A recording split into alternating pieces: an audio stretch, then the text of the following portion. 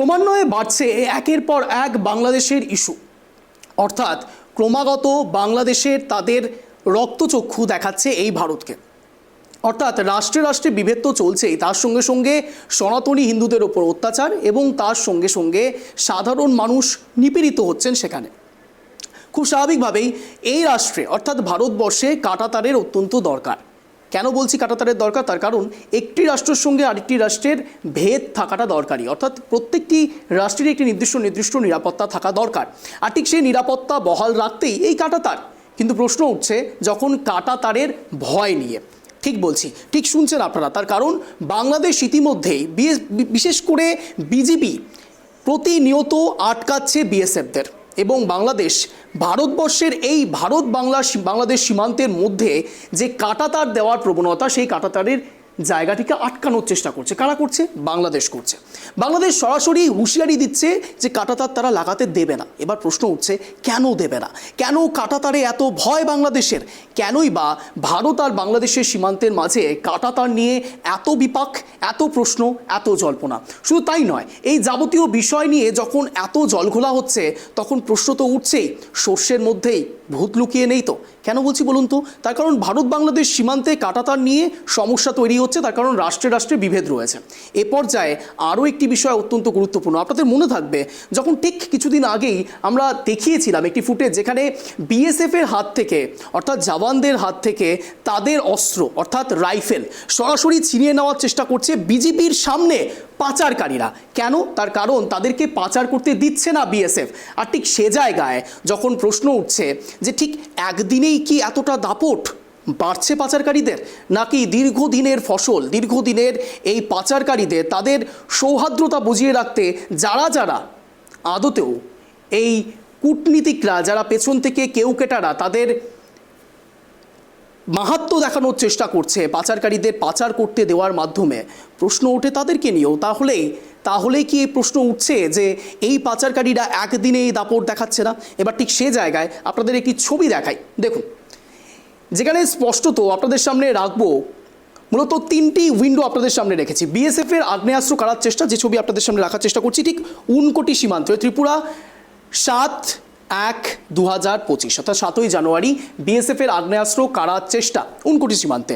এবার বৈষ্ণবনগর মালদা, সেখানে কি হলো? সীমান্তে কাঁটাতার দিতে বাধা, বিএসএফকে বাধা বিজেপির। সে ছবি আপনাদের সামনে 9 তারিখের ছবি। অন্যদিকে 10 তারিখের ছবি দেখুন, 7 থেকে 9 দুদিনের একদিনের মাঝে গ্যাপ, এবং তার পরের দিনই অর্থাৎ 10 তারিখ বিএসএফকে আবারও বাধা বিজেপির, সীমান্তে কাঁটাতার দিতে বাধা মেকলিগঞ্জ সীমান্তে। ভালো করে দেখুন, তিনটে ছবি অত্যন্ত গুরুত্বপূর্ণ। প্রথম উইন্ডোতে আপনারা দেখতে পাচ্ছেন উনকোটি সীমান্ত, তারপরে বৈষ্ণবনগর, তারপরেই মেকলিগঞ্জ। তিনটি জায়গাতেই বিএসএফকে বাধা অথবা বিএসএফের আগ্নেয়াস্ত্র কেড়ে নেওয়ার চেষ্টা। আর ঠিক সেখান থেকেই প্রশ্ন উঠছে, বিজেপি আদতেও চাইছেটা কি? বাংলাদেশের সঙ্গে ভারতের সম্পর্ককে আর কত খারাপ করতে চাইছে ইউনূস সরকার? মৌলবাদীদের আস্ফালনকে আর কত তীব্রতর করবে ইউনূস সরকার? শুধু তাই নয়, প্রসঙ্গ যখন ওঠে সীমান্তে, তখন প্রশ্ন ওঠে সীমান্তের আশপাশের যাবতীয় কেউকেটাদের ওপরেও। তার কারণ এই যে পাচারকারী যাদের ছবি আপনি দেখতে পাচ্ছেন ইতিমধ্যেই, ঠিক লেফট সাইডে যেখানে দেখতে পাচ্ছেন আপনারা উনকোটি সীমান্ত, বিএসএফের আগ্নেয়াস্ত্র কাড়ার চেষ্টা, এইসব ব্যক্তিরা ঠিক এই ফুটেজের মাঝেই বলছিল কেন আটকানো হচ্ছে তাদের। অর্থাৎ পাচার করতে না দেওয়াকে, পাচার করতে আটকানোকে এবার প্রশ্নের সম্মুখীন হতে হবে বিএসএফকে, অর্থাৎ ভারতীয় নিরাপত্তা রক্ষীদের এখন প্রশ্নের সম্মুখীন হতে হবে এইসব দু পয়সার পাচারকারীদের ওপরে। এবং পাচারকারীরা শুধু তাই নয়, তারা বাঁশ, তারা দাও হাতে এবং তার সঙ্গে সঙ্গে রাইফেল কেড়ে নিয়ে বাঁশ দেখুন কিভাবে উঁচিয়ে উঠেছে বিএসএফদের ওপরে। অর্থাৎ তাদের প্রসঙ্গ হচ্ছে বিএসএফরা পাচার করতে দিচ্ছে না কেন? অর্থাৎ তাদেরকে পাচার করতে দিতে হবে। বিএসএফরা যদি পাচার করতে দেয় তাহলে বাংলাদেশের সঙ্গে ভারতের সম্পর্ক অত্যন্ত সুদৃঢ় হবে। তাই কি? যদি তাই হয়, পাচারকারীদের এই সাহস বাড়ল কী করে? একদিনে বেড়েছে, একদিনে হঠাৎ করে বিএসএফদের ওপর এহেন আচরণ করতে পারে পাচারকারীরা? একবার ভাববেন, যারা বিএসএফ, যারা ভারতের নিরাপত্তা রক্ষীদের ওপর এভাবে আঘাত আনতে পারে, তাহলে তাদের সাহস, আমি একটু হয়তো ভুল বললাম, শব্দবন্ধটা হবে দুঃসাহস, এটা আরও কোন পর্যায়ে যেতে পারে। এবার আপনাদের এটি ছবি দেখাই, কোন কোন সীমান্তে ইতিমধ্যেই অ্যাটাক হয়েছে বা অশান্তি করবার প্রবণতা দেখা গিয়েছে এই কাঁটাতারকে ঘিরে। দেখুন ছবিটা একবার দেখুন, দেখুন এটা বাংলাদেশ আর ভারত, এই ঠিক এই ক্ষেত্রে একেবারে ওপরে আপনারা দেখতে পাচ্ছেন মেখলিগঞ্জ এবং তারপরেই বৈষ্ণবনগর এবং ঠিক পার্শ্ববর্তীতে উনকোটি সীমান্ত।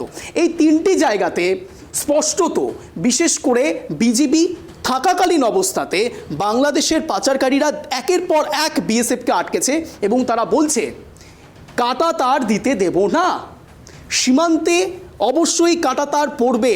তাহলে বাংলাদেশের এত সমস্যাটা কেন হচ্ছে শুনি? ইউনূস সরকার আদৌ চাইছেটা কি? তারা কি এটা চাইছে যে ভারত বাংলাদেশ সীমান্তে কাঁটা তার এবার যেন না থাকে, তাহলে পাচারটা আরও বেশি সহজ হবে? এই তো রিসেন্ট খবর পেলাম, যেদিন স্পষ্টত শুনতে পাচ্ছি কিছু ওষুধ বিক্রি হচ্ছিল, পাচার করতে যাচ্ছিল, বেআইনি ওষুধ। আমি আবারও রিপিট করছি, বেআইনি ওষুধ পাচারকারীরা এই সীমান্ত দিয়েই নিয়ে যাওয়ার চেষ্টা করছে না। তাহলে প্রসঙ্গ তো উঠবে যে আদেও এই সীমান্তবর্তী এলাকা দিয়ে এত অকপট বিভিন্ন জিনিসের পাচার চলছে কি করে, আর ঠিক সেই পাচার আটকানোতেই কি বাংলাদেশের এতটা প্রভাব, এতটা ক্ষোভ পড়েছে ভারতের প্রতি? প্রশ্ন তো উঠবেই। কিন্তু প্রশ্ন আজ শুধু ভারত বাংলাদেশ সীমান্তে এর টেনশন নয়, ভারত বাংলাদেশ রাষ্ট্রে রাষ্ট্রে বিরোধ নয়। আজ প্রশ্ন তুলব সরাসরি, যেখানে স্পষ্টতই আপনারা বুঝতে পারবেন না সর্ষের মধ্যেই কোথাও ভূত লুকিয়ে নেই তো। তার কারণ সর্ষের মধ্যে ভূত না থাকলে, আর সর্ষের মধ্যে যদি সত্যি ভূত থাকে, তাহলে ভূতটা তাড়াবে কে? ভূতটা কোথা থেকে পালাবে? প্রশ্ন তো উঠবে, আর ঠিক সেই প্রশ্নই আজ তুলব। তার আগে একটি বিশেষ প্রতিবেদন আপনাদের সামনে রাখছি, প্রশ্ন তুলছি, উত্তর আপনাদের হাতে। দেখুন, সীমান্তে কাঁটা তারের বেড়া, তা নিয়ে অশান্তিরা ভারত বাংলাদেশ সীমান্তে বেশ কয়েকদিন ধরেই। শুধু তাই নয়, সীমান্তে বিজিবির উপস্থিতিতেই বিএসএফের হাত থেকে রাইফেল ছিনিয়ে নিতে চাওয়ার দুঃসাহসিক চেষ্টাও করেছে পাচারকারীরা। প্রশ্ন উঠছে সাধারণের নিরাপত্তা নিয়ে। যেখানে সীমান্তে বিএসএফের সঙ্গে এহেন আচরণ হয়, সেখানে সুযোগ পেলে আরও কতদূর যেতে পারে পাচারকারীরা? প্রশ্ন তো উঠবেই। কিন্তু তার চেয়েও বড় প্রশ্ন, সীমান্তে পাচারকারীদের এই দাপট কি একদিনের, নাকি দীর্ঘদিনের দুষ্কর্মের দাপটের ফসল আজকের এই ঔদ্ধত্য? রাষ্ট্র বিপদে থাকলে প্রশ্ন ওঠে সরকারের দিকে, ঠিক যেমন বাংলাদেশের দীর্ঘ অশান্তির রেশ ইউনূসের দিকে নিশানা। স্বাভাবিক প্রশ্ন, এখনও অশান্তি থামাতে পারছেন না কেন ইউনূস? কিন্তু এ প্রশ্ন অনেক হয়েছে, অন্য রাষ্ট্রের দিকে প্রশ্ন অনেক ওঠানো হয়েছে। এবার প্রশ্ন সর্ষের মধ্যে ভূতের। ঠিক যেমন প্রশ্ন কাঁটাতারের বেড়া নিয়ে কিসের সমস্যা বাংলাদেশের, তেমনই প্রশ্ন কেন এতদিন পরে ভারতের এই বোধোদয়? প্রশ্ন করলেই কাদা ছোড়াছড়ি কেন? রাজ্য কেন্দ্রকে দোষারোপ করছে, কেন্দ্র বলছে রাজ্য জায়গা দিচ্ছে না। ভুগছে কে? আমাদের দেশ, আমাদের নিরাপত্তা। সারাদিনের এই তু মেমের রাজনীতিতে হারিয়ে যায় সীমান্তে বশবর্তী আমজনতার নিরাপত্তার প্রশ্ন। রাজ্যে অনুপ্রবেশকারী প্রবেশ করলে বিএসএফ কাজ করছে না প্রশ্ন তোলে রাজ্য। অথচ ধরি মাছ নাছুই পানির মতো যখন সে বিষ গলা পর্যন্ত উঠে যায়, তখন তা আন্তর্জাতিক ইস্যু। রাষ্ট্র যা সিদ্ধান্ত নেবে, রাজ্যের সিদ্ধান্তও তাই। দিনের পর দিন এ রাষ্ট্রে অবৈধ ভোটার কার্ড, অবৈধ আধার কার্ড সব তৈরি হয়। প্রশ্ন ওঠে যারা আশ্বাস দেয় আধার কার্ড, ভোটার কার্ড খুব সহজেই হবে, তাদের নিয়ে। কারণ এই বার্তাগুলো সাধারণের নয়, আমার আপনার নেতা নেত্রীদের। আমরা সবাই জানি ভোটার লিস্টের কাজ চলছে। এখানে অনেক জাকিরদার নির্বাচনী এলাকায় অনেক বাংলাদেশি লোক এখানে বসবাস করেন। জাকিরদার লিঙ্কটা ভালো করতে পারে, অভিজিৎ দাও করবেন, আমিও বলছি। যদি লিঙ্কের কোনো সমস্যা হয়, বাংলাদেশ থেকে যারা এসছে ভোটার লিস্টের নাম তোলা সমস্যা, জাকিরদার কাজটা ভালো করে দেবে। আপনারা সবাই যোগাযোগ করবেন এই অফিসে এসে। আর যারা নতুন ভোটার হবে, বাচ্চা ছেলে মেয়েরা, তারা তো তাদের বাবা মার লিঙ্ক দেখিয়েই করে নিতে পারবে। স্বভাবতই প্রশ্ন ওঠে, বাধা কি শুধুই রাষ্ট্র বনাম রাষ্ট্রে, নাকি কাঁটাতারের আড়ালে লুকিয়ে আছে কিছু কেউকেটাদের কায়েমি স্বার্থ? কাঁটাতারে তাদের আতেও জোরালো খায়ের সম্ভাবনা? সবটাই কি মেরুকরণের রাজনীতি? ধর্মে ধর্মে বিভাজনের নামে নিষ্ঠুর আতাত? ক্ষয়িষ্ণু করবে না তো এদেশকে, এদেশের নিরাপত্তাকে? অঞ্জন দাসের রিপোর্ট, ট্রাইব টিভি বাংলা। এবার বুঝতে পারছেন তো প্রশ্নটা কেন তুলছি? তার কারণ দীর্ঘদিন ধরে যদি এই প্রবণতা বা অভ্যেস না থাকে, তাহলে কি হঠাৎ করেই এতটা সাহস, বলা যায় দুঃসাহস বেড়ে যেতে পারে পাচারকারীদের? একটু ভাবুন তো। তার কারণ যে পাচারকারীরা দিনের পর দিন তাদের কাজ করছে, সেই কাজে হঠাৎ করে ব্যাঘাত ঘটালে তারা তো ফিউরিয়াস হবেই। কি ভাবছেন পাচারকারীদের হয়ে কথা বলছি? না, একেবারেই তা নয়। তার কারণ পাচারকারীদের এই অভ্যেস তৈরি হয়েছে অনেক দিন ধরে, এই অভ্যেস তৈরি করা হয়েছে, না হলে এতটা সাহস দেখানোর কথা ছিল না। শুধু তাই নয়, সাহস বলাটা ভুল, দুঃসাহস কেন বারবার আমি রিপিট করছি, তার কারণ বিএসএফের হাত থেকে, নিরাপত্তা রক্ষীদের হাত থেকে, জওয়ানদের হাত থেকে তাদের আগ্নেয়াস্ত্র ছিনিয়ে নেওয়ার অর্থ রাষ্ট্রকে থ্রেট দেওয়া, যে এক নিমিষে জওয়ানদের হাত থেকে আমি সরিয়ে নিতে পারি আগ্নেয়াস্ত্র, বা সাথে অত্যাচার দেখাতে পারি, বা সাথে সমস্যা তৈরি করতে পারি, তাও আবার বিজেপির সামনে, অর্থাৎ বিজিবি অর্থাৎ বাংলাদেশের স্বনামধন্য সেনারা, তাদের সামনে এই কাজ আমরা করতে পারি। নমস্কার, আমি অঞ্জন, আপনারা দেখছেন ট্রাইব টিভি বাংলা। এখন ঠিক ঘড়ি কাটা সন্ধ্যে 7টা, আর ঠিক এই সময় আজকের আলোচনা কাঁটাতারের সমস্যা কোথায় জানার চেষ্টা করব আগামী 1 ঘন্টা। কিন্তু তার আগে পরিচয় পর্ব সারবো। আমাদের সঙ্গে রয়েছেন মাননীয় সৌমেন চক্রবর্তী, পলিটিক্যাল অ্যানালিস্ট, রাজনৈতিক বিশ্লেষক। আমাদের সঙ্গে রয়েছেন মাননীয় আলী হোসেন, বিজেপি সমর্থক। আর কিছুক্ষণের মধ্যেই আমাদের সঙ্গে জুড়বেন মাননীয় গৌরাঙ্গ চৌহান, তৃণমূল সমর্থক। আমাদের সঙ্গে জুড়েছে মাননীয় আলী হোসেন, বিজেপি মুখপাত্র। আপনাদের তিনজনকে স্বাগত ট্রাইব টিভি বাংলায় সন্ধ্যে 7টার এই শোতে। আমি প্রথম প্রশ্ন করতে চাই আলীবাবুর কাছে। আলীবাবু, একদিনে তো নিশ্চয়ই এতটা দুঃসাহস হওয়ার কথা নয়। আমার প্রশ্ন হচ্ছে, এতদিন পরে বোধগম্য হলো বিষয়টি, এতদিন পরে আপনাদের বোধোদয় হলো যে এবার একটু কাঁটাতার দেওয়া দরকার, না হলে হঠাৎ করে এখন কাঁটাতার দেওয়ার প্রবণতাটা আপনাদের বাড়ছে কেন? প্রশ্ন তো উঠবে, আর এই প্রশ্ন তুলছে সাধারণ মানুষ। আলীবাবু বলুন। দেখুন, আপনি যেভাবে উপস্থাপনা করলেন সেই বিষয়টা এরকম নয়। কেন্দ্রীয় সরকার বারবার রাজ্য সরকারের কাছে, বিশেষ করে আমাদের পশ্চিমবঙ্গে প্রায় 2200 কিলোমিটারের জায়গা এখনো ফেন্সিং পয়েন্ট হয়নি বা কাঁটাতার ব্যবস্থা হয়নি। এগুলোকে আমরা এক্সকিউজ হিসেবে ধরবো রাজ্য সরকার? হ্যাঁ আলীবাবু, এগুলোকে আমরা এক্সকিউজ হিসেবে ধরবো? না, এক্সকিউজ হিসাবে আপনি ধরুন বা যে অ্যাঙ্গেলে আপনারা ভাবুন সেটা না। আমরা তো এটা বাস্তব সত্য। তো সেন্ট্রাল গভর্নমেন্টের চিঠি বারবার রাজ্য সরকারের অফিসে এসছে, মুখ্যমন্ত্রীর কাছে এসছে, স্বরাষ্ট্রমন্ত্রীর কাছে এসছে, তারা কোনো রেসপন্স দেয়নি। কেন? তাদের কতগুলো অসুবিধা আছে। কি কি অসুবিধা? 1 নম্বর অসুবিধা হচ্ছে অনুপ্রবেশকারীদের তারা নিয়মিতভাবে আপনারা রাজ্য সরকার মদত দেন এবং অনুপ্রবেশকারীদের এখানে এনে তাদেরকে রেশন কার্ড, ভোটার কার্ড বানিয়ে তাদেরকে ভোটার করান। এবং বারবার আমরা দেখেছি যে এই কথাগুলো যখন আমরা কেন্দ্রের পক্ষ থেকে আমরা বলার চেষ্টা করেছি রাজ্য সরকারকে, রাজ্য সরকার প্রশ্নের উত্তর দিচ্ছে না, একটার পর একটা উত্তর দিচ্ছে না। আজকে সেই জায়গায় দাঁড়িয়ে এখনো প্লেন জায়গাতে এখনো কাঁটাতারের বেড়া সম্ভব হয়নি। যেখানে নদী রয়েছে, নালা রয়েছে, সে ঠিক আছে, না একটু ডিস্টার্ব হলে দেরি হচ্ছে কি করে? এখন তো করতেই হবে। কেন করতে হবে? তার মানে এখন আপনারা জোর দেখাচ্ছেন, তাই তো আলীবাবু? এখন আপনারা জোর দেখাচ্ছেন? জোর নয়, রাজ্য সরকারকে উপলব্ধির মধ্যে আনা গেছে।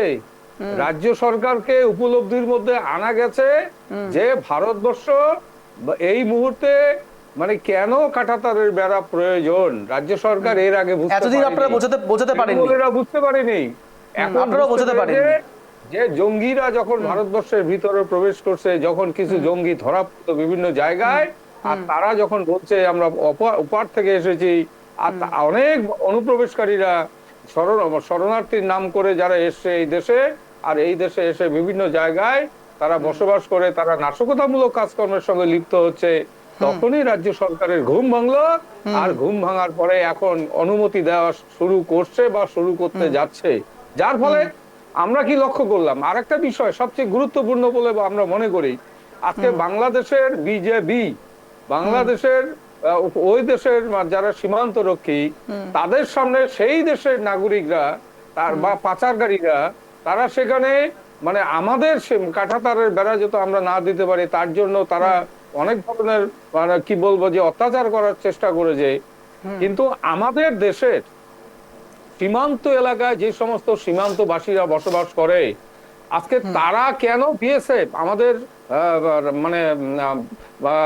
আমাদের যারা রয়েছে বিএসএফ, আপনার যারা রক্ষা করে, বর্ডার সিকিউরিটি ফোর্স যারা রয়েছে, তাদের পাশে আমাদের বাংলার যারা সীমান্ত এলাকার মানুষ, কাঁটাতার সংলগ্ন এলাকার মানুষ, তাদেরকেও এগিয়ে আসতে হবে বিএসএফ কে বাঁচানোর জন্য।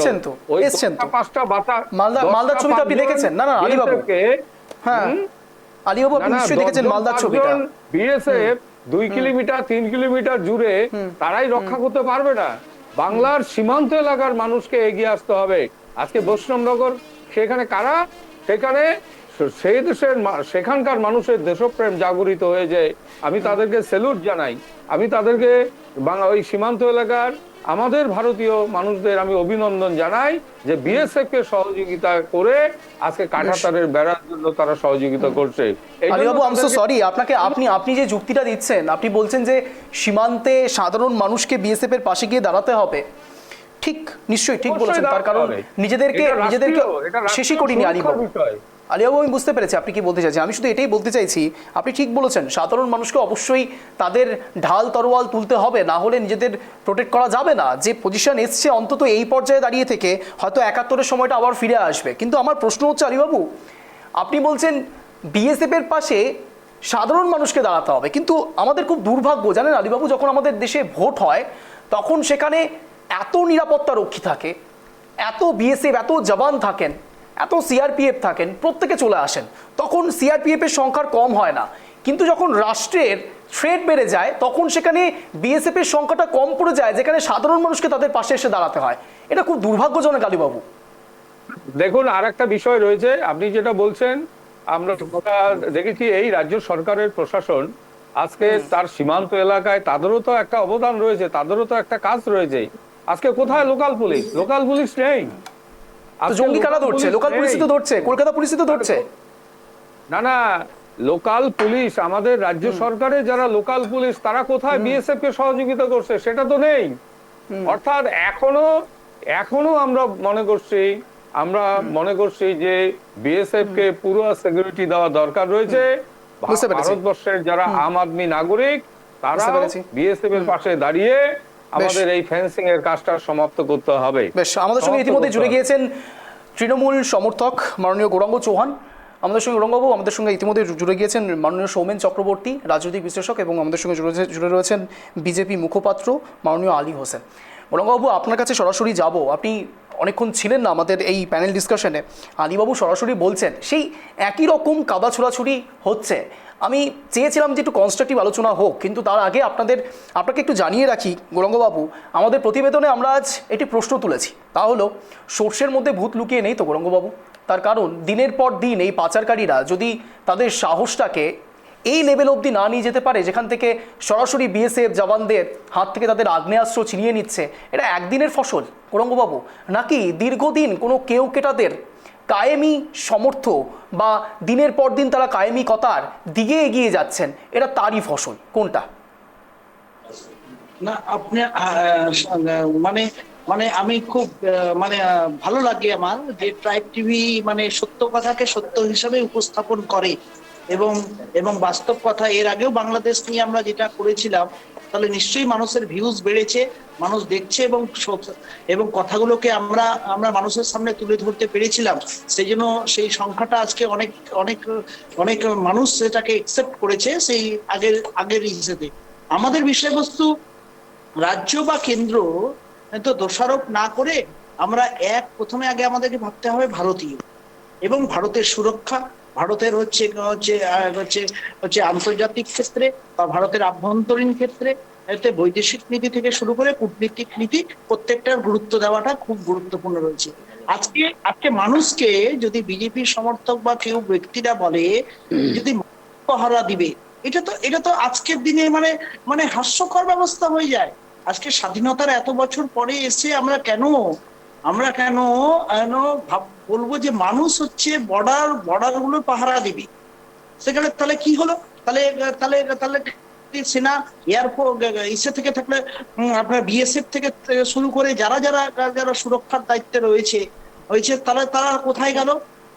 আমার কথা কি শোনা যাচ্ছে? স্পষ্ট শোনা যাচ্ছে গৌরাঙ্গবাবু, বলুন। হ্যাঁ, তাহলে তারা কোথায় গেল? আজকে নরেন্দ্র মোদীর অগ্নিবীর প্রকল্প পরিকল্পনা, আজকে দেখুন তো, পাড়াতে গ্রামেতে এলাকাতে 2014 সালের আগে প্রত্যেকটা জায়গাতে কেউ হচ্ছে আর্মিতে চাকরি পেলো, কেউ নেভিতে চাকরি পেলো, কেউ বিএসএফ এ চাকরি পেলো, এগুলো শোনা যেত। কিন্তু আজকে শোনা যায় না। 14 থেকে 24 সালের মধ্যে কিছু শোনা যায় না। অগ্নিবীর প্রকল্প এমন একটা ফ্লপ তো ও যার ফলে রিক্রুটমেন্ট প্রসেস বন্ধ করে দেওয়া হয়েছে। রিক্রুটমেন্ট প্রসেসকে বন্ধ করে দিয়ে নরেন্দ্র মোদী বলতে চাচ্ছেন যে সাধারণ মানুষ বিয়ে বর্ডার বর্ডার বর্ডার হচ্ছে ইসে করবে, সিকিউরিটি দিবে, সাধারণ মানুষ হচ্ছে পুলিশের সামনে দাঁড়িয়ে থাকবে, বিদেশি বাংলাদেশের শত্রুদের সামনে দাঁড়িয়ে থাকবে, না সাধারণ মানুষ গরু পাচার করবে, এটা করবে। মানুষকে তো আরো আরো হচ্ছে হচ্ছে বলে দেওয়া হচ্ছে, তার মানে যে সাধারণ মানুষ যেন রীতিমতো যাওয়া আসা শুরু করুক বিদেশের সাথে এবং এবং ওই বাংলাদেশ থেকে তাড়াতাড়ি বাংলাদেশ থেকেও লোক এদিকে আসবে, এদিক থেকেও যোগ আসবে। এই যে জঙ্গি যোগাযোগ, জঙ্গি ব্যবস্থাকে থেকে পশ্চিমবঙ্গে ঢুকিয়ে দেওয়ার জন্যই এই কথাগুলো হচ্ছে বিজেপি সমর্থকরা বা বিজেপি নেতৃত্বরা বলছেন। এটাকে ধিক্কার জানাই। ভারতবর্ষের ক্ষেত্রে, ভারতবর্ষের অখণ্ড সার্বভৌমত্ব রক্ষার ক্ষেত্রে আমাদের সবসময় মনে রাখতে লাগবে, ভারতবর্ষকে বিদেশি সরকার, রাষ্ট্রগুলোর হাতে কিন্তু বিক্রি করে দেওয়া যাবে না। আজকে ভারতের ভূখণ্ড এই পলিসির জন্য, নরেন্দ্র মোদীর এই পলিসির জন্য আজকে ভারতের ভূখণ্ড চীন দখল করে নিয়েছে, নেপাল দখল করে নিয়েছে, বাংলাদেশও দখল করার জন্য মালদা মুর্শিদাবাদে ওত পেতে আছে। এটা লজ্জা। আমাদেরকে ভারতের কথা ভাবতে লাগবে। বুঝতে পেরেছি আপনার পয়েন্ট অফ ভিউ বুঝতে পেরেছি। আমি একটু সোমেন বাবুর কাছে যাব। সোমেন বাবু, আমি সত্যি খুব ডিসঅ্যাপয়েন্টেড হলাম আলীবাবুর একটি কথা শুনে। আলীবাবুর আমি গৌরাঙ্গবাবুর সঙ্গে এই কথার রেস্টে নিয়ে সংযোজন করব। আলীবাবু, একাধারে যখন আমরা দেখছি সোমেনবাবু যে বিএসএফ এর হাত থেকে তাদের আগ্নেয়াস্ত্র ছিনিয়ে নিচ্ছে বিজিবির সামনে পাচারকারীরা, এমন নয় যে সেনায় যুদ্ধ লেগেছে দুজনের আগ্নেয়াস্ত্র ছিনিয়ে নিচ্ছে, এটা নয়, ছবিটা একেবারেই ভিন্ন। সেখানে পাচারকারী বিএসএফ এর আগ্নেয়াস্ত্র ছিনিয়ে নিচ্ছে, উল্টে বিএসএফ আসছি কিন্তু পাচারকারীদের উল্টে বিএসএফ কিছুই বলছে না, থমকে রয়েছে। এবং অন্যদিকে আলীবাবু বলছেন এই নিরাপত্তা রক্ষীদের সঙ্গে এবার সাধারণ মানুষকেও পাশে এসে দাঁড়াতে হবে। অর্থাৎ আমি কি ধরে নেব যে এটা আমাদের দুর্ভাগ্য হয়ে এসে দাঁড়ালো যে ভারতের ডিফেন্স সিস্টেম কি এতটাই উইক হয়ে পড়লো যে সাধারণ মানুষ এসে এখন পাশে দাঁড়াবে? একদম একদম আজকের প্রশ্ন 14 আমি একটু সোমেন বাবুর থেকে উত্তরটা নেব। গৌরাঙ্গ বাবু, ভারতের সুরক্ষা ব্যবস্থা আজকে টলমল করছে, নাহলে বাংলাদেশের মতো একটা ছোট্ট পিঁপড়ের মতো একটা দেশ। আমি একটু সোমেন বাবুর থেকে উত্তরটা নিতে চাইবো। সোমেন বাবু বলুন। আসলে পূর্ববর্তী বক্তাদের সেখানে মনে হলো যে একটা কথা মনে পড়ছে, বিড়াল ঠেলায় পড়লে গাছে ওঠে। অর্থাৎ যে বলা যায়, মাফ করবেন আমার ঠান্ডায় গলা একটু বসে গেছে। না নিশ্চয়ই, প্লিজ বলুন, বুঝতে পারছি, বলুন। সেটা হচ্ছে কেন বললাম, আমরা যদি প্রতিটা কাজকর্মই তো সংবিধান অনুযায়ী হয়, সাংবিধানিক দেশে আমরা পরম্পরায় বিশ্বাস করি, সেখানে দাঁড়িয়ে বিজেপির মুখপাত্র যে কথাটা বললেন, আমি তার প্রতি মার্জনা করে বলছি, আপনি সাংবিধানিক যে আমাদের ডেকোরাম, অর্থাৎ সেখানে দাঁড়িয়ে যুক্তরাষ্ট্রীয় ব্যবস্থা হওয়ার জন্য তিন প্রকার লিস্ট আমরা জানি। একটা হচ্ছে কেন্দ্রীয় লিস্ট, কেন্দ্রীয় তালিকা, যুগ্ম তালিকা এবং রাজ্য তালিকা। সোমেনবাবু, আমি আপনাকে একটু ইন্টারাপ্ট করছি। আমি যারা প্যানেল ডিসকাশনে রয়েছেন, আমি প্রত্যেকের উদ্দেশ্যে একটি স্টেটমেন্ট একটু দিচ্ছি। আমি একটা বার্তা দিতে চাইছি যারা যেখানে রয়েছেন, যখন আমি যাকে জিজ্ঞেস করবো সে শুধু আনমিউট করবেন, বাকিরা প্লিজ মিউট করে রাখবেন, না হলে বাকিদের সারাউন্ডিংসের ছবিও আমাদের কাছে চলে আসে। বলুন প্লিজ, সোমেনবাবু বলুন। হ্যাঁ, সেখানে দাঁড়িয়ে এই যে যুক্তরাষ্ট্রীয় ব্যবস্থার জন্য যে তিনটে তালিকা আছে, সেখানে আমরা জানি অতি সম্প্রতি সাংবিধানিক সংশোধনের মধ্য দিয়ে কেন্দ্রীয় তালিকার পর্যায় এবং যুগ্ম তালিকার যে পাওয়ার, সেটাকে অনেকটা বাড়িয়ে নেওয়া হয়েছে। তাহলে যে তার কাটার দেওয়ার প্রশ্ন উঠছে আজ, যে বর্ডার সুরক্ষার প্রশ্ন উঠছে আজ, এগুলোকে কখনোই একটা রাজ্যের প্রতি দোষারোপ দিয়ে কেন্দ্রীয় সরকার পার পেতে পারে না। কারণ তিনটে তালিকায় সংবিধানে পরিষ্কার করে বলা আছে। সোমেনবাবু, আমি তাও মেনে নিতাম সোমেনবাবু, আপনাকে আমি ইন্টারাপ্ট করতে চাইছি না, কিন্তু বিশ্বাস করুন যদি রাজ্যের দিকেও শুধু দোষটা দেওয়া হতো আমি তাও মেনে নিতাম যে কেন্দ্র রাজ্য সংঘাত চলছে, দুজনকে কাদা ছোড়াছুড়ি করছে, কিন্তু এখানে তো একদম সরাসরি বলছে সাধারণ মানুষকেও এসে পাশে দাঁড়াতে হবে। না, সেটাই তো অদ্ভুত। কারণ হচ্ছে আমাদের মনে রাখতে হবে, খুব কঠোর বাস্তবতা হচ্ছে যে বিএসএফ এর কথা বলছেন, যে মিলিটারি ফোর্সের কথা বলছেন, এই যে বিশাল পরিমাণে আমাদের মিলিটারি ফোর্স, পুরোটাই কিন্তু ভারত রাষ্ট্রের নাগরিকের ট্যাক্সের পয়সায় এই খরচ যে বিশাল পরিমাণে বাজেটে অ্যালট হয় সেটা কিন্তু সাধারণ নাগরিকের পয়সায়, এবং সেইটার অ্যালটমেন্টের মধ্য দিয়ে যেটা আজকে বলতেই হবে, যেটা হচ্ছে এই টোটাল প্রক্রিয়ার নিয়োগ পর্ব, সেই নিয়োগ পর্বের মধ্যে কিন্তু কিছু ঘুণ ধরা আছে। কারণ যে কমিটমেন্ট আমরা 25-30 বছর আগে এই বিএসএফ জওয়ান বা আমাদের সেনারক্ষীদের নিয়োগ প্রক্রিয়ায় আমরা যে দেখতে পারতাম, সেই প্রক্রিয়ার মধ্যেও বিভিন্ন রকম বিচ্যুতি ঘটছে বলেই সেখানে দেখা যায়, সেখানেও মণিকাঞ্চনের ব্যাপার চলে আসছে বলেই আমরা সেই প্রকৃত দেশরক্ষী বাহিনীর যে কমিটমেন্ট সেটার বদলে আমরা দেখতে পাই যে ফেলকরি মাকতেলের জায়গায় তাকে কতটা পয়সার মধ্য দিয়ে অনেক ক্ষেত্রেই সেই পদ নিতে হয়, সব ক্ষেত্রে নয়, কিন্তু কিছু কিছু কেস আমাদের সামনে আসে এই মিডিয়ার দৌলতেই, তখন আমরা আঘাতপ্রাপ্ত হই। অর্থাৎ বাইরের সুরক্ষার যে বন্ধন আমরা নিশ্চিন্তভাবে সামরিক বাহিনীর হাতে দিই, তারা আজ বলছে সাধারণ মানুষকে পাশে এসে সীমান্ত সুরক্ষা দিতে হবে। এর চেয়ে দুর্ভাগ্যজনক কথা আর কিছু হতে পারে না। অর্থাৎ ভারতের বলছে বিশ্বের চতুর্থ বৃহত্তম দেশ হিসাবে উঠে আসছে, আর না সুরক্ষার প্রশ্নে, বর্ডার সিকিউরিটির প্রশ্নে আমজনতা তাকে পাশে দেবে, এটা পুরোপুরি এক ধরনের কি বলবো যে দুর্বলতা প্রকাশ শুধু নয়, এক ধরনের উদাসীনতা, রাজনৈতিক আনুগত্যশীলতা, যে জনগণের প্রতি যে দায় দায়িত্ব, সেই দায়বদ্ধতার প্রতি, অ্যাকাউন্টেবিলিটির প্রতি সম্পূর্ণ উদাসীনতার পরিচয় হিসাবে আমরা ধরতে পারি। বুঝতে পেরেছি সোমনবাবু, আপনি অ্যাকাউন্টেবিলিটির কথা বলছেন, আমি তো ন্যারেটিভের কথা বলছি। কেন বলছি জানেন? তার কারণ ছবিটা একবার আপনাদের দেখাই, আপনি বুঝতে পারবেন যে নিরাপত্তা কোন জায়গায় এসে দাঁড়িয়েছে আমাদের। মালদার বৈষ্ণবনগর সীমান্তে নতুন বাংকার ইনজেক্ট করা হয়েছে বাংলাদেশের। আপনি এই ছবি দেখলে কি বলবেন সোমেনবাবু? ছবিটা একেবারে স্পষ্ট, যেখানে বৈষ্ণবনগর মালদা ভারত বাংলাদেশ সীমান্তে, দেখুন মালদার বৈষ্ণবনগর সীমান্তে নতুন বাংকার বাংলাদেশের। আমি বলছি বাংলাদেশ এবং ভারতের সীমান্তে এই বাংকার রাখার প্রয়োজনীয়তাটা কেন পড়লো? তার মানে কোনো এক জায়গায় নিরাপত্তা ব্রিজ হচ্ছে, সিকিউরিটি ব্রিজ হচ্ছে সোমেনবাবু। হ্যাঁ, সেখানে দাঁড়িয়ে বলছি এই এতদিন ধরে উত্তর পূর্ব ভারত এবং পূর্ব ভারতের জন্য দেখুন সংবিধান যারা তৈরি করেছিলেন তাদের দূরদর্শিতা ছিল বলেই বিভিন্ন শিডিউলগুলোতে স্পেশাল পাওয়ার কেন্দ্রীয় সরকারকে দেওয়া হয়েছে এই নিরাপত্তার কোশ্চেন। এই জায়গাটাকে আমরা ভুলে গেছি। তার ফলে আজকে যে কথার মধ্য দিয়ে বলা হচ্ছে এই সুরক্ষার প্রশ্নে বা বিদেশি যে দেশ তাদের স্বাধীনতার ক্ষেত্রে আমাদের ক্ষেত্রে বিপন্নতা আসতে পারে, সেই বিপন্নতার জায়গা ধরেই আজকের এই সাজো সাজো রব তৈরি করার যে জায়গাগুলো, সেগুলোকে বিচ্যুতিকে ঢাকার জন্যই এক ধরনের যে বলা হয় ড্যামেজ কন্ট্রোল, এই ড্যামেজ কন্ট্রোলের জায়গায় আমি বুঝে পাচ্ছি না যে বা এত সফট বিদেশ নীতি নেওয়ার কারণ কি।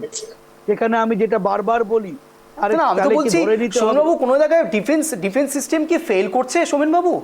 না না না না, সেটা অন্তত তথ্যে আমরা পাই যা সেদিক থেকে ডিফেন্স সিস্টেম নয়। আমি বলছি যে বিষয়টা আরো গভীরে ধরার চেষ্টা করুন। সেটা হচ্ছে যে ডিফেন্সের মধ্যে আমাদের সর্বত্র জায়গায় যে দুর্নীতির জায়গায় যে বাসা বেঁধেছে, সেই দুর্নীতির বাসা আমাদের কি সম্ভাবনা বা সেই ডিফেন্স সিস্টেমের ক্ষেত্রে যে অ্যাপ্লিকেবলের জায়গা, অর্থাৎ যে ডিফেন্স সিস্টেমকে ব্যবহারিক জায়গায়, সেখানে কি কোনো বলা যায় যে কোনো সিস্টেমে ফেলিওর হচ্ছে, সেইটা এবার বোধহয় দেখার সময় এসেছে। বুঝতে পেরেছি। খুব স্বাভাবিকভাবেই যখন সোমেনবাবু এতটা কনস্ট্রাকটিভ ওয়েতে বিষয়টা বোঝানোর চেষ্টা করছে, আমরাও বোঝানোর চেষ্টা করছি। বিশ্বাস করুন কোনো এক জায়গায় না আমরাও চিন্তিত হয়ে পড়ছি এবার। তার কারণ একদিকে ভারত বাংলাদেশ সীমান্তে টেনশন বাড়ছে, বিজেপি তৃণমূল প্রত্যেককে কাদা ছোড়াছুড়ি করছে, তুতু মেমে চলছে রাজনীতির মধ্যে। কিন্তু আমার প্রশ্ন হচ্ছে সাধারণ মানুষের নিরাপত্তা নিয়ে। আচ্ছা, যখন ড্যামেজ কন্ট্রোলের কথা হচ্ছে তখন সাধারণ মানুষ কি বলছে একবার দেখুন। আমাদের গ্রাউন্ড জিরো রিপোর্ট আপনাদেরকে দেখাবো। ট্রাইব টিভি বাংলা একেবারে গ্রাউন্ড জিরোতে গিয়ে সীমান্তে গিয়ে সাধারণ মানুষের সঙ্গে কথা বলেছিলেন। তাদের রিপারকেশন ঠিক কী, তাদের প্রতিক্রিয়া ঠিক কী, আপনাদের সামনে রাখছি, দেখুন।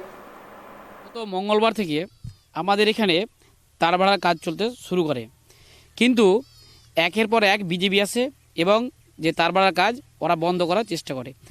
এর আগে প্রায় 1.5 থেকে 2 মাস ধরে বৈঠক বসে বিজেপি এবং বিএসএফ। সেই বৈঠকে সিদ্ধান্ত হয় যে তার ভাড়া হবে, কিন্তু যখনই তার ভাড়া করতে গেছে শেষে কিন্তু আবার সিদ্ধান্ত নিয়েছে যে না, তার ভাড়া করতে দিবে না।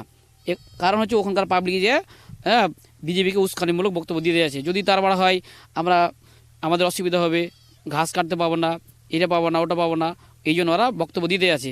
তারপর 2-1 দিন কাজ হওয়ার পরে এবার আস্তে আস্তে কিন্তু ওদের জনসংখ্যাটা আস্তে আস্তে অনেক নিয়ে আসার পরে শেষে বিজেপিরা কী করলো, ওরা বাংকার কাটতে শুরু করলো। যে বাংকারের মধ্যে অনেক বিজেপি আছে, ওরা চাইছে যে সবসময় যুদ্ধ করব, যুদ্ধের পরিস্থিতি থাকে, কিন্তু আমাদের ভারত হলো একটা শান্তিপ্রিয় দেশ, কারোর সঙ্গে যুদ্ধ করতে সহজে চায় না। এই জন্য ভারত আবার বৈঠকে বসে, এই বৈঠক আবার আমাদের মোহদীপুর এলাকায় যায়, ওখানে বৈঠক হয়। আজ পর্যন্ত শুনতে পাচ্ছি যে আস্তে আস্তে কিন্তু মানে যতদিন না বৈঠকের সিদ্ধান্ত হবে কাজ হবে না। কাজ এখন বন্ধ রয়েছে। এটা সুযোগ সুবিধা বাংলাদেশের যারা পাবলিক, বাংলাদেশের মানুষ, ওখান থেকে যে শিবগঞ্জ থেকে জাল টাকা বা বাংলাদেশের জাল টাকা আমাদের ভারতবর্ষে আসে এবং সমস্ত ভারতবর্ষকে সেই টাকা ছড়িয়ে দেয়। আর কি করে ওখান থেকে জঙ্গিরা, এই যে আমাদের যে তারবাড়ার কাজটা বাকি ছিল, এই এলাকা দিয়ে জঙ্গিরা প্রবেশ করে আমাদের ভারতে। আজকে সকালে শুনলাম আমাদের যে জমি থেকে কিছুটা গম কেটে নিয়ে গেছে। আর শুনলাম কি, আর যেহেতু শীতের সময়, কুয়াশার সময় 6 জন বাংলাদেশ থেকে এসে অনুপ্রবেশকারী আমাদের ভারতে চলে গেছে। আমরা কিছু দূর যাই কিন্তু ওদেরকে দেখতে পাইনি। এখন বর্তমানে সমস্যা হচ্ছে যে এই কাজটা আমাদের এখন বন্ধ রেখেছে। এখন বিজেপি এবং বিএসএফের বৈঠক হয়, বারবার বৈঠক হয়।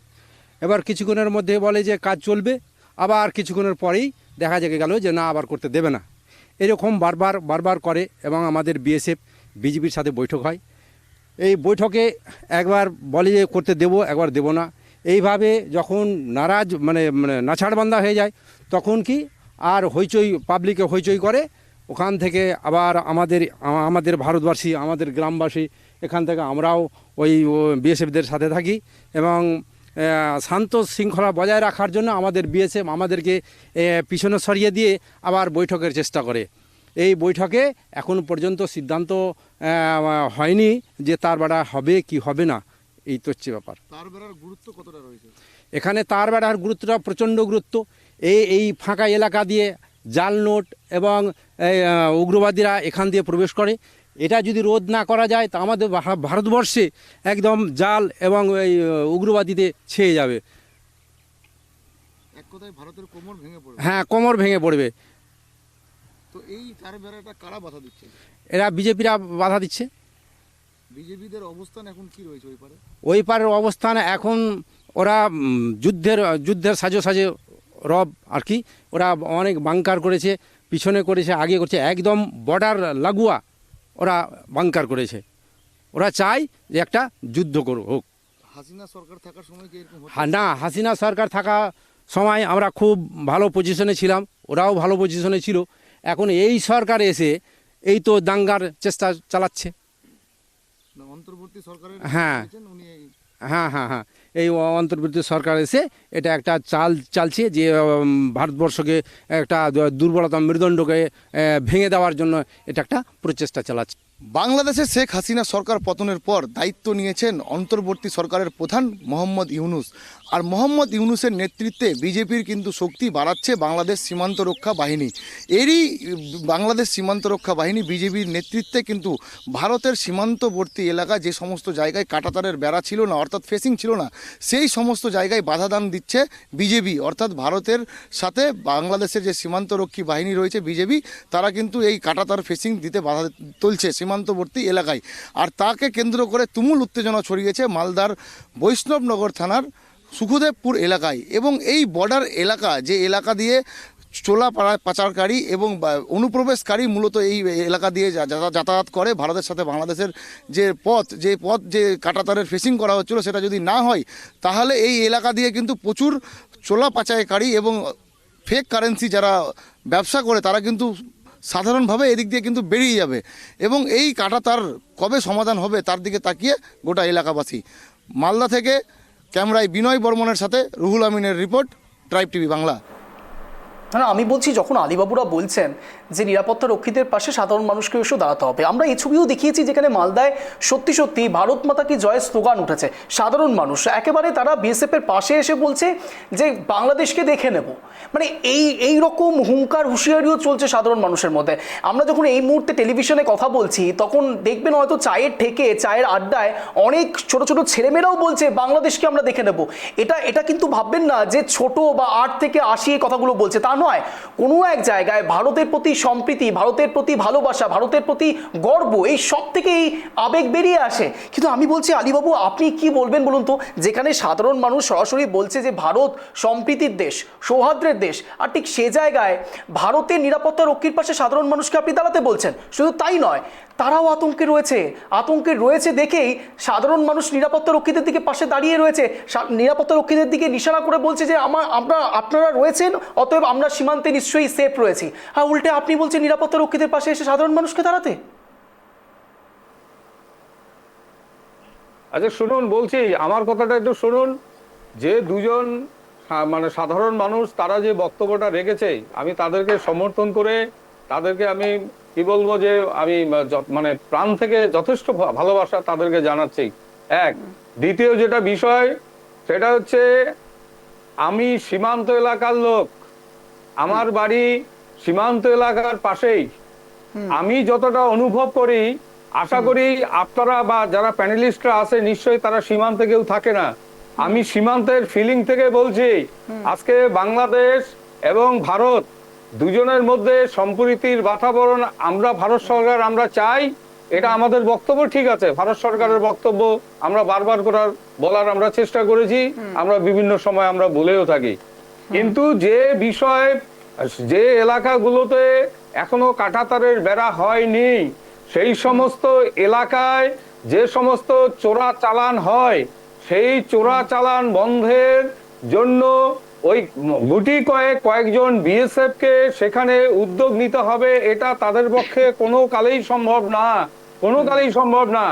সেই কারণে আমরা এটা বলার চেষ্টা করেছি, আমি এটা বলার চেষ্টা করেছি যে আমাদের ভারতবর্ষের সীমান্ত এলাকায় যে সমস্ত ভারতীয় নাগরিকরা রয়েছে তাদেরকেও এ ব্যাপারে সচেতন থাকতে হবে। কারণ চোরা চালান যারা করে তারা খুব দুর্দান্ত প্রতাপ ব্যক্তি, তাদের হাতে অস্ত্র থাকে, তাদের হাতে বিভিন্ন সময় আমরা দেখেছি। তার অর্থ হচ্ছে আলীবাবু আপনি সীমান্তে, আলীবাবু আপনি সীমান্তে থাকতে পারেন, আপনার অনেক নলেজও থাকতে পারে, সেখানে আমাদের কোনো অসুবিধা নেই। আলীবাবু আপনি যে কথাটা বলছেন, না আলীবাবু, না প্রোগ্রামটা আমার, আলীবাবু প্রোগ্রামটা আমার, তো আপনি ইনভাইটেড। আলীবাবু আপনি ইনভাইটেড, আপনার কথা শুনতেই হবে, এইভাবে বলবেন না আলীবাবু প্লিজ। না আলীবাবু প্লিজ, আপনি আগে শুনে নিন। আপনি যখন বলছেন তখন আপনাকে শুনতেও হবে। না আলীবাবু প্লিজ, চেষ্টা করব। আলীবাবু আপনি যদি বলতে থাকেন তাহলে আপনি বলুন, 1 ঘন্টা আপনার বক্তব্য শুনবো। এটা কোনো রাজনৈতিক স্লোগানের মঞ্চ নয়। না আলীবাবু আপনি যে থ্রোয়িং এর কথাগুলো বলছেন, আপনি বলুন। হ্যাঁ, এইভাবে বলবেন না, ঠিক আছে। আমার প্রথম প্রশ্ন হচ্ছে আলীবাবু, আপনি বলছেন আমরা কোনো ভুল কোনো ভুল বিবৃতি করি, আমরা কোনো ভুল বিবৃতি করি দিনের পর দিন। কেন এই জাতীয় কথা বলছেন? কি বলেছি মনোবল ভেঙে দিচ্ছেন। আলীবাবু আমরা সেনাবাহিনীর মনোবল ভেঙেছি, আলীবাবু আমরা সেনাবাহিনীর মনোবল ভেঙেছি, যেখানে সেনাবাহিনীদের হাত থেকে আগ্নেয়াস্ত্র ছিনিয়ে নেওয়া হয়, আমরা বেকজ কেড়ে নিচ্ছি। আলীবাবু কি বলছেন? আপনি নিজে বলছেন যে আপনি নিরাপত্তা রক্ষীদের পাশে এবার সাধারণ মানুষকে এসে দাঁড়াতে হবে। আপনাকে আমি ছবি দেখাচ্ছি যেখানে বাংকার রীতিমতো সেট করা হয়েছে। আপনি কি বলতে চাইছেন যে আগ্নেয়াস্ত্রের সামনে এবার সাধারণ মানুষ এসে দাঁড়িয়ে যাবে, তারা গুলিবর্ষণের সম্মুখীন হবেন? কি বলতে চাইছেন আপনি?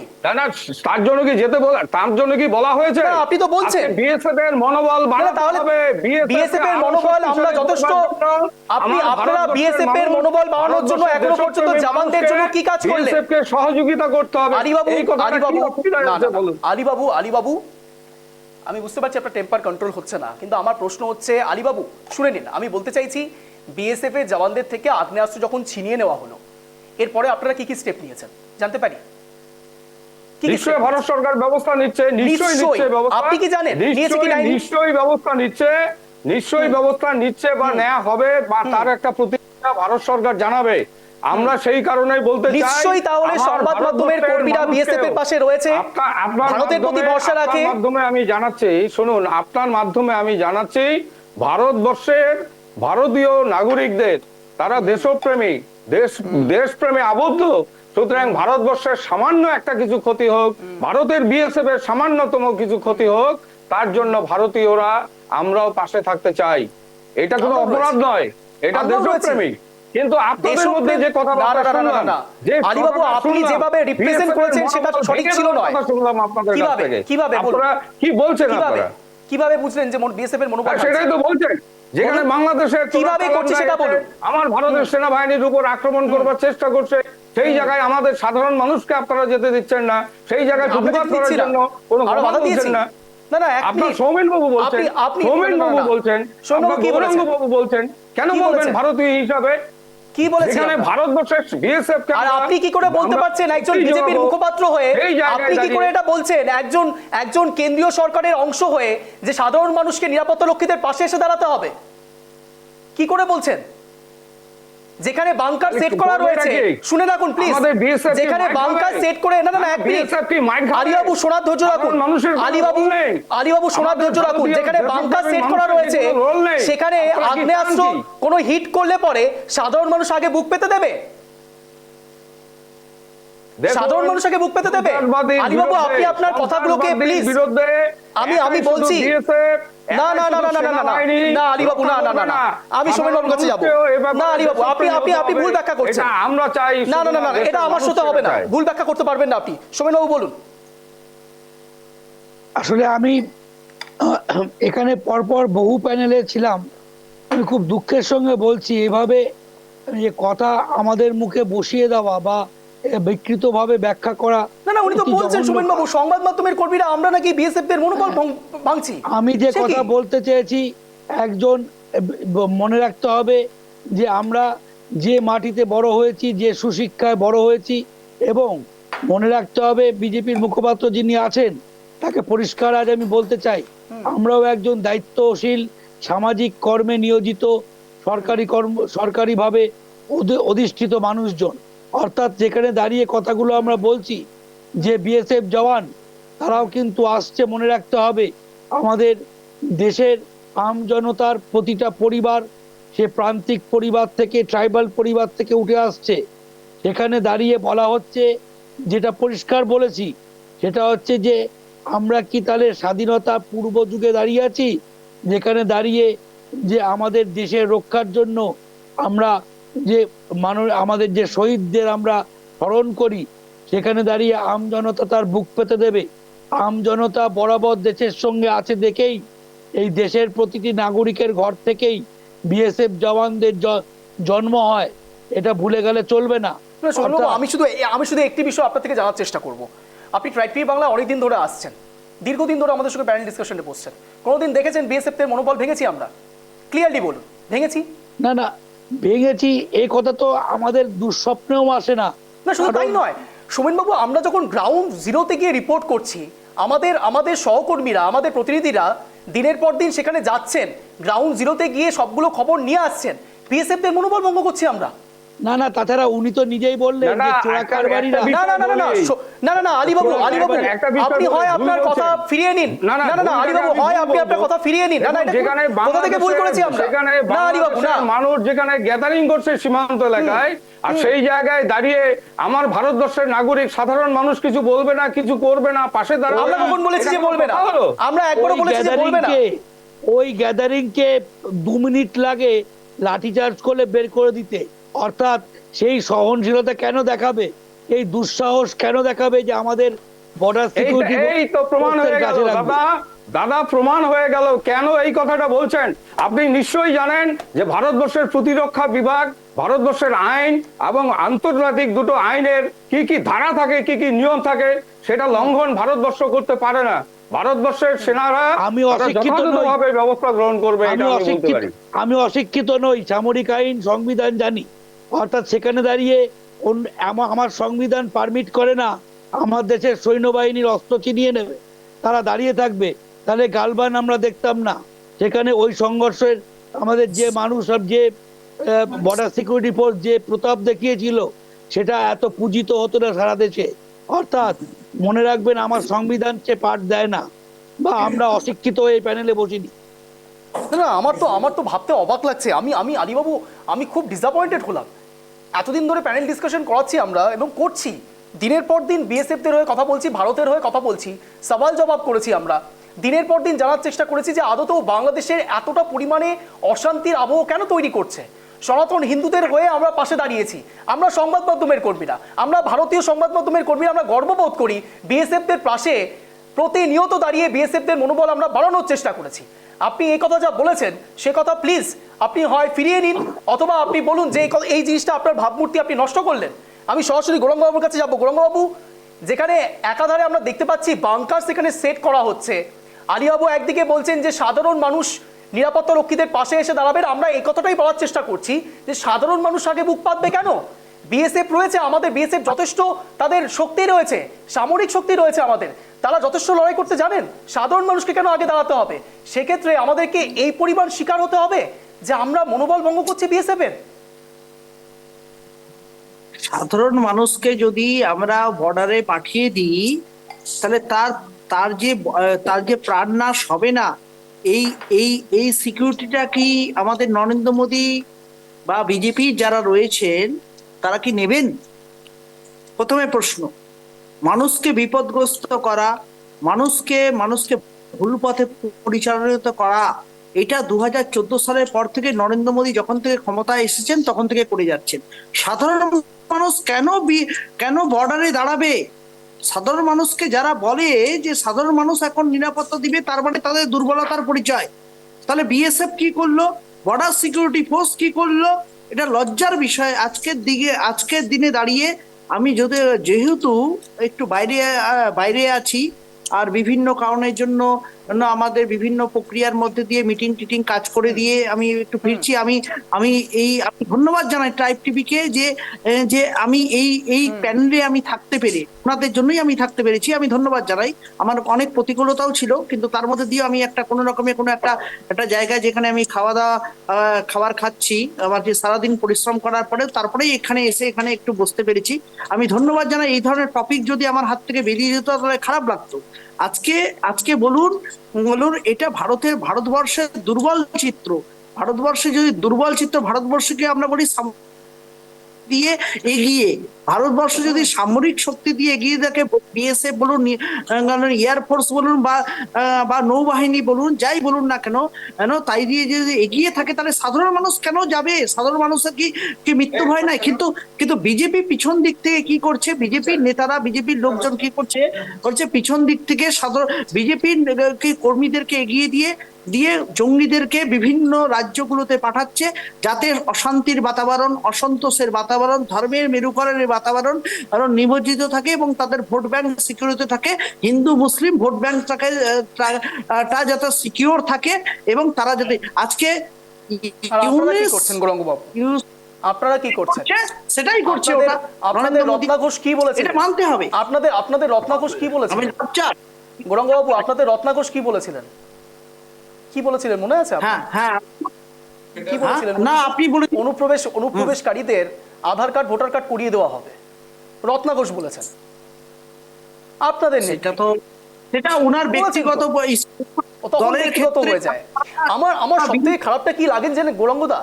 এই যখনই কোনো একটা বিষয়, কোনো মিসকনসেপশন তৈরি হয় বা কোনো স্লিপ অফ টাং আপনাদের ভাষায় হয়ে যায়, তখন আপনারা সবসময় বলেন এটা পার্সোনাল ওপিনিয়ন, সেটার সঙ্গে দলের কোনো মতামত একত্রিত হয় না।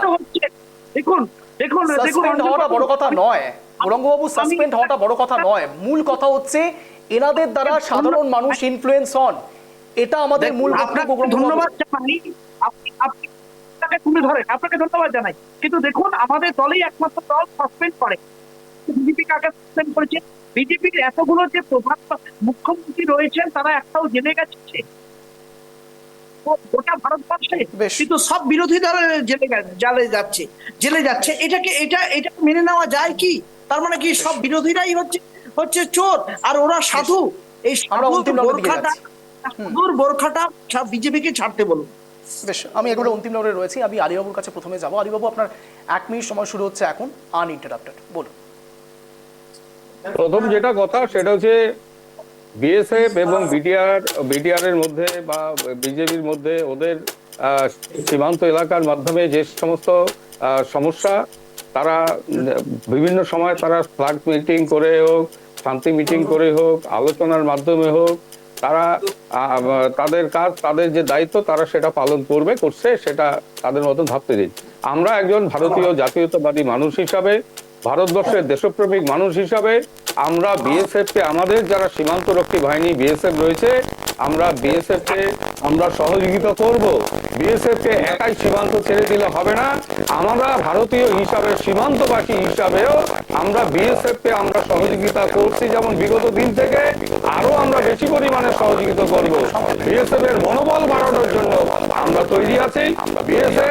বিএসএফ কে আমরা পাশে রেখে সীমান্তে আমরা সুরক্ষা করতে চাই, এবং আমরাও একজন সীমান্ত মানে শান্তিকামী মানুষ হিসাবে আমরা বিএসএফ এর পাশে থেকে দেশকে আমরা সুরক্ষিত করতে চাই। এটাই হলো আমাদের উপর। যাচ্ছি একটি প্রশ্ন সংযোজন করার চেষ্টা করবো। আমাদের ভারতবর্ষ, আমাদের এই সামরিক দিক থেকে, এই সামরিক দিক থেকে কত অংশে রয়েছে, আপনার সেটার সঙ্গে শুরু করে আপনার স্ট্যান্ড পয়েন্ট।